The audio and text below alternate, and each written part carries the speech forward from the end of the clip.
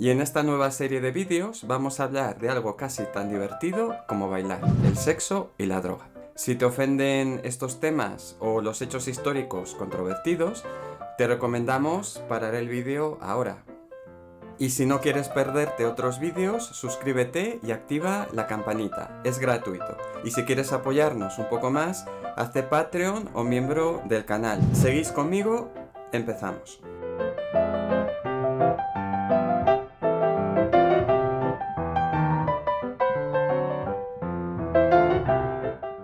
El alcohol, la marihuana, la heroína, la cocaína o el opio aparecen en muchas composiciones de la era jazz. Para evitar la censura se empleaba un lenguaje secreto y términos procedentes del argot callejero. A la marihuana se le llama té, hierba o incluso espinacas. Al que fumaba cannabis se le llamaba víbora. Consumir opio, asociado a la comunidad china, se decía tocar el gong. Hasta se creó un nuevo género de canciones, las reefer songs, que podemos traducir como canciones de porros. Muchos músicos de jazz usaron sustancias psicoactivas en algún momento de sus carreras, como por ejemplo Louis Armstrong, Coleman Hawkins, Lester Young, Billie Holiday o Anita O'Day. Algunos las consumieron de manera controlada, mientras que otros sufrieron graves adicciones. Pero ¿por qué tantos artistas de la era jazz consumían drogas? Algunas teorías dicen que eran personas creativas, que estaban buscando nuevas experiencias y que además las sustancias les ayudaban a mitigar el cansancio y el estrés de las largas giras. El músico de jazz en ocasiones sufría un dolor secreto que surgía de la presión de tener que ser siempre creativo y de improvisar tanto si tenían inspiración como si no. Encontrarían en las drogas no solamente un catalizador creativo, sino también un medio de relajarse y escapar a la frustración de su forma de vida. Hay que destacar que antes de los años 30, en Estados Unidos, el consumo de sustancias psicoactivas como la cocaína o el cannabis no era más controvertido que el consumo de alcohol. Y es que las drogas nunca habían sido un problema social hasta principios del siglo XX, cuando llegaron las primeras prohibiciones como la Ley Harrison de 1914 o la Ley Seca de 1919. Las restricciones al consumo de drogas tuvieron su origen en la etnofobia, es decir, al miedo o desprecio por las minorías étnicas a las que se culpaba de la mayoría de delitos y de, literalmente, degenerar a la raza blanca. La Ley Harrison de 1914 promovió esta idea ayudada por la prensa. ¿Pero por qué fue así? Tras el fin de la esclavitud, la población negra del sur estaba reivindicando sus derechos, así que se vinculó la cocaína con los delincuentes negros. Y cuando llegó la mano de obra mexicana para sustituir a los negros, también se sugirió prohibir la marihuana. Y fue el temor a los inmigrantes irlandeses y judíos lo que precipitó la prohibición del alcohol con la Ley Seca de 1919. En suma, fue el deseo de limitar el ascenso de estas minorías lo que estuvo en la base de las primeras prohibiciones. Fue mucho más tarde cuando se construyeron los argumentos morales y sanitarios que conocemos ahora. Y en fin, con las prohibiciones el consumo no disminuyó, sino que se disparó, y promovieron la adulteración de sustancias y el surgimiento de mafias, cárteles y otras organizaciones criminales. Y con un poco de contexto, hablemos ahora de algunas canciones de la era jazz que tenían la droga como temática. A lo mejor habéis bailado alguna, drogados o no. Comencemos el menú con un poco de alcohol. La ginebra era una bebida frecuente durante la Ley Seca porque era muy fácil de fabricar y a veces se preparaba en las bañeras de casa. Bastaba con destilar alcohol, mezclarlo con agua y glicerina y darle algo de sabor con zumo de endrinas. Any bootlegger show is a pal of mine. If this place is raided, it's me and my gin.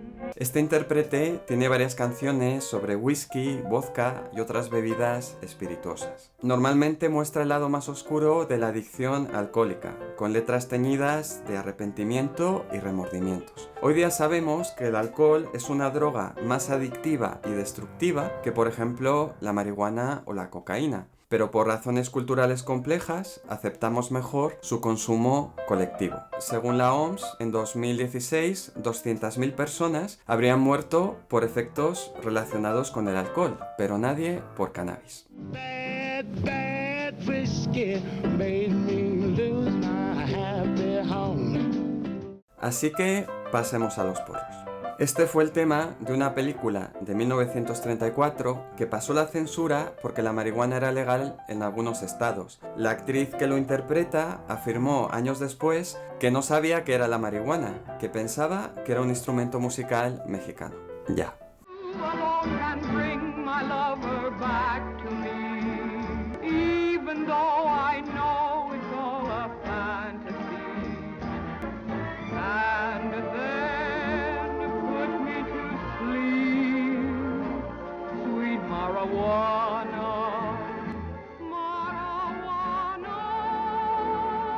Esta legendaria cantante de blues era famosa por letras sexualmente explícitas y en este caso describe a un amante irresponsable que se gasta en porros el dinero del alquiler.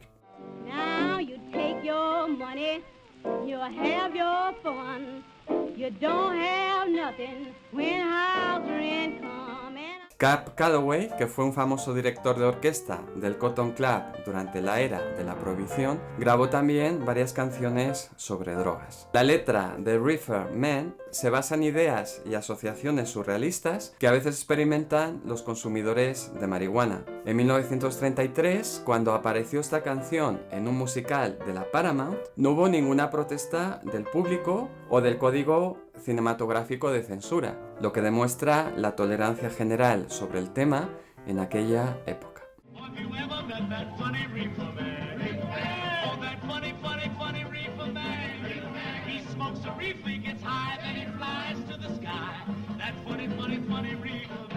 Un poco de café, que también es droga. Ya estoy colocado. Benny Goodman grabó Texas Tea Party, una referencia tanto a la marihuana como al trombonista de la grabación, Jack Teagarden. El cannabis tuvo muchos apodos durante los años de entreguerras, uno de ellos era Té de Texas. Aquí el trombonista toma la voz principal para quejarse de una novia que le ha escondido el alijo.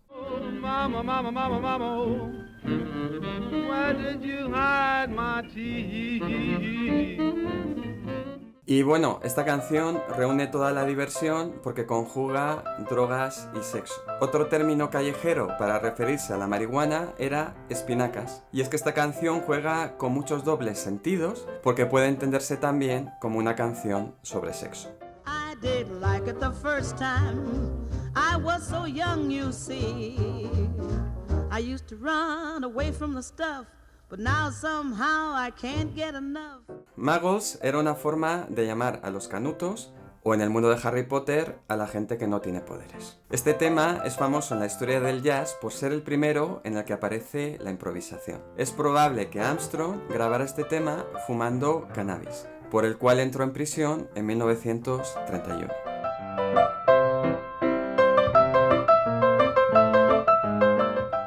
En sus memorias, Louis Armstrong dice: siempre vimos la marihuana como una especie de medicina, una embriaguez barata que provocaba pensamientos mucho mejores que una borrachera de alcohol. Tuve que dejarla debido a las penas que imponía la ley, pero mi respeto por ella quedará para siempre.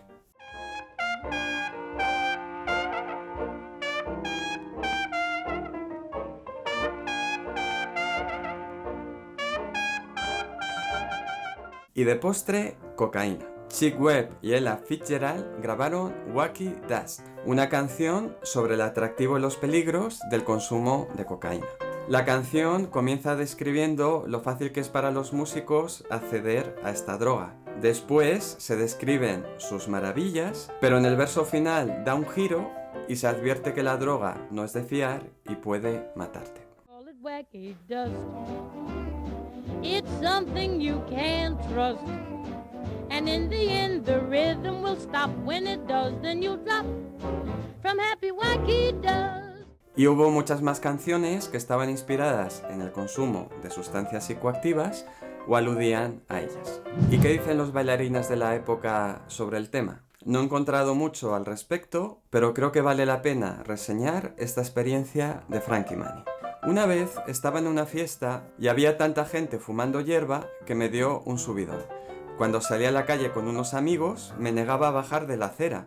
Parecía que se abría un abismo. Mis amigos no conseguían que cruzara la calle. Les parecía divertidísimo.